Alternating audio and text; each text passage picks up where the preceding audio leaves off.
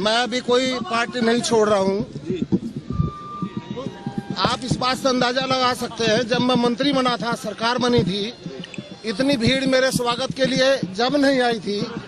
लेकिन मेरा टिकट कटने से आज जो पूरे मेरी विधानसभा, हर वर्ग, हर समाज, हिंदू मुस्लिम में जो आज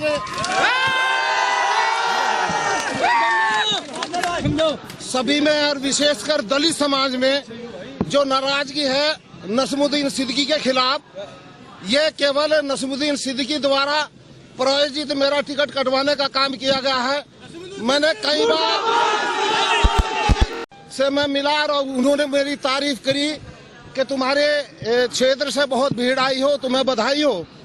लेकिन खड़े होकर के नसीमुद्दीन सिद्दीकी ने कहा कि नहीं बहन जी, इनके क्षेत्र में दलित समाज का बहुत विरोध है और ये दलित समाज के गांव में, घरों में नहीं घुस सकते।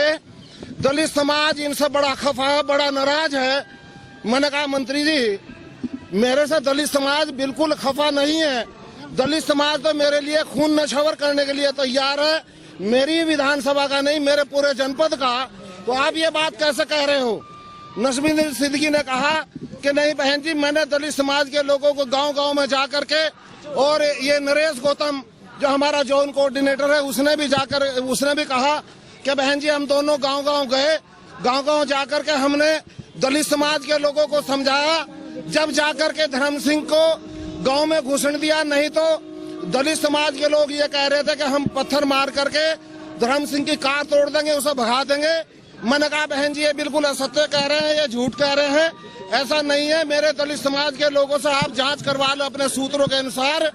मैं आपसे बिल्कुल सही बताना चाहता हूं। लेकिन नसीमुद्दीन सिद्दीकी ने कहा बहन जी मैं रात भर गाँवों में घूमा हूँ, दलित समाज इससे बड़ा खफा है। मैंने कहा बहन जी, मेरे से दलित समाज किस कारण से, ये बतावे कि किस कारण से मेरा दलित समाज मेरे से खफा है। तो नसीमुद्दीन सिद्दीकी ने कहा कि तुम्हारे से दलित समाज इसलिए खफा है कि तुम्हारे यहाँ तुम्हारी भाई की पत्नी के देहांत में मैंने क्या नाम है, श्याम प्रसाद मौर्य जी गए थे।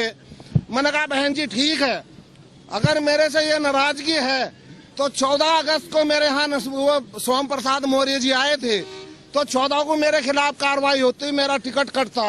बहन जी मेरा 14, 15, 16, आज अगला महीना 14 तारीख है, 1 महीना हो गया। मेरे खिलाफ इस बात को लेकर के कोई नाराजगी नहीं है। लेकिन अब रैली में मैंने मेहनत की, रैली में मैंने पूरे हिंदू मुसलमान को साथ लेकर के आया हूँ। गांव-गांव मेरा स्वागत हुआ है। जनपद में सबसे ज्यादा भीड़ मेरे जिले, मेरी विधानसभा से आई है। उसके बावजूद आज हिंदू मुसलमान मेरे साथ जुड़ रहा है। बहन जी ये असत्य है, ये झूठ है, ये बिल्कुल गलत कह रहे हैं। अब क्या आश्वासन मिला है हाईकमान की तरफ से? मैंने बहन जी से कहा बहन जी ऐसा कुछ नहीं है।